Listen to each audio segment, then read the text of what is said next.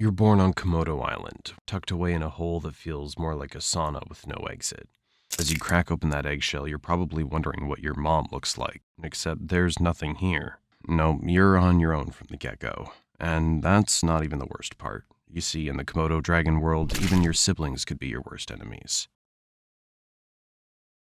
You might be lucky enough to be the first one to hatch, so before you even think about taking your first breath, you've got to get the heck out of there fast. Scramble up the nearest tree like your life depends on it, because it quite literally does.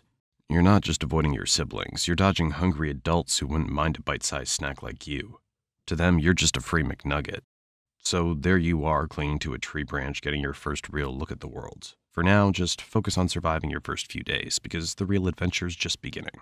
For the next few months, you're on a strict no-ground diet, because down there it's a jungle in the most literal sense, where every step could be your last. Imagine living on the 50th floor of a skyscraper because the streets are filled with zombies. Yeah, it's kind of like that, only instead of zombies, it's your very own kin patrolling the ground, all ready to take a bite out of anything that moves. You're not completely defenseless, though. You've got instincts, quick reflexes, and a strong survival instinct that kicks in from day one.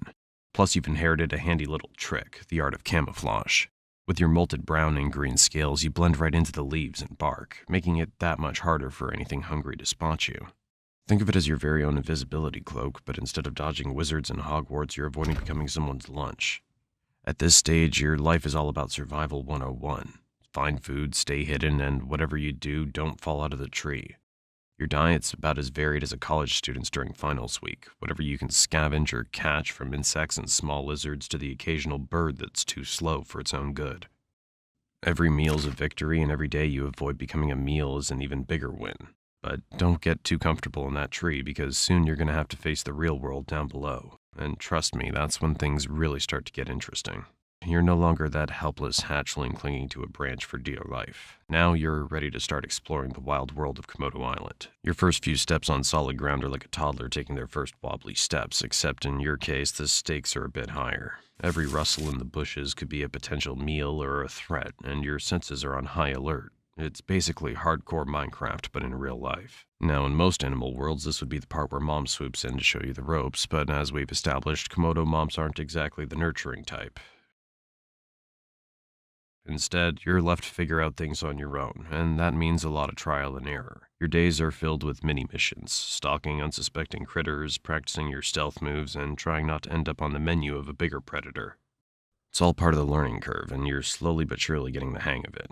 At first, your hunts are more hide-and-seek than stealthy predator. You'll spend hours lying in wait trying to blend in with the underbrush, your heart pounding like a drum as you watch a potential meal scuttle by.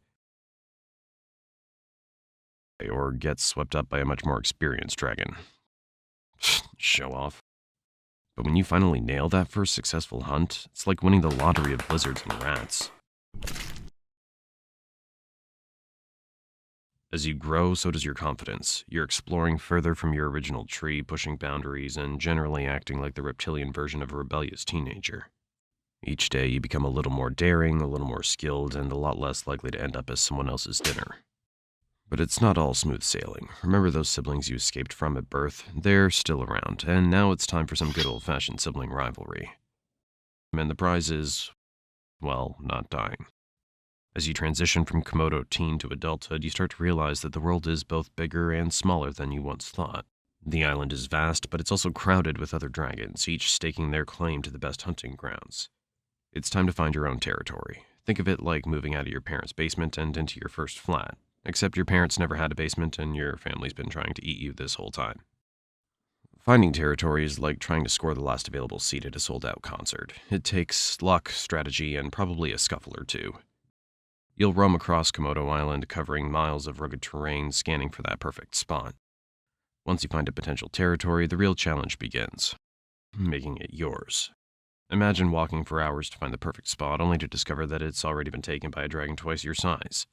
Now you've got a choice. Try to negotiate, which, let's be honest, is going to end in a fight, or keep moving and hope for a less crowded patch of land. Now that you've got your territory, and congrats by the way, it's time to settle into the daily routine of a full-fledged Komodo dragon. Your schedule's a mix of hunting, patrolling, and catching up on sleep. Lots and lots of sleep. You're not one to waste energy, so when you hunt, you go big. One large meal a week is your style, something that'll keep you satisfied for days. You're aiming for deer, wild boar, or even the occasional water buffalo. Your hunting style's all about patience and precision. You lie in wait, blending into the landscape until the perfect moment to strike. It's a high-stakes game of hide and seek, where the prize is dinner and the cost of losing is another day of hunger.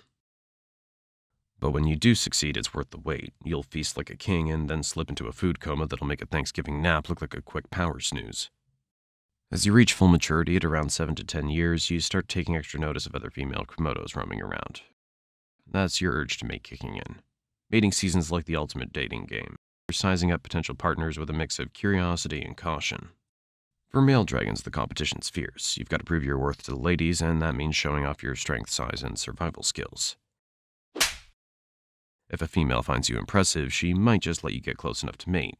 Just don't screw up your chance because the competition's tough and your brother might just be waiting in line. Once you've successfully mated, your job isn't quite done. If you're a female, you'll lay your eggs in a carefully selected spot, burying them deep to protect them from predators. After that, it's back to a solitary life, leaving the next generation to fend for themselves just like you did. You've somehow made it past 10 years and all the way to 15. Congratulations. In the wild world of Komodo dragons, that's like reaching your 90s with all your teeth intact. But here's the thing, you're not as quick as you used to be, and those once impressive muscles aren't quite as strong. You've earned every scar, every notch on your scales, but now survival requires a different kind of strength, one that comes from experience and wisdom rather than brute force. But with age comes new challenges, and you knew this day would come. Another younger dragon wants your territory, and this battle might be your last. The young dragon's eager, strong, and even reminds you of yourself when you first went out to get your own territory. Hey, it might even be your own son, who knows? Komodo dragons aren't exactly great parents. This fight is different from the others you've had. Although you're older and wiser, you're also more vulnerable.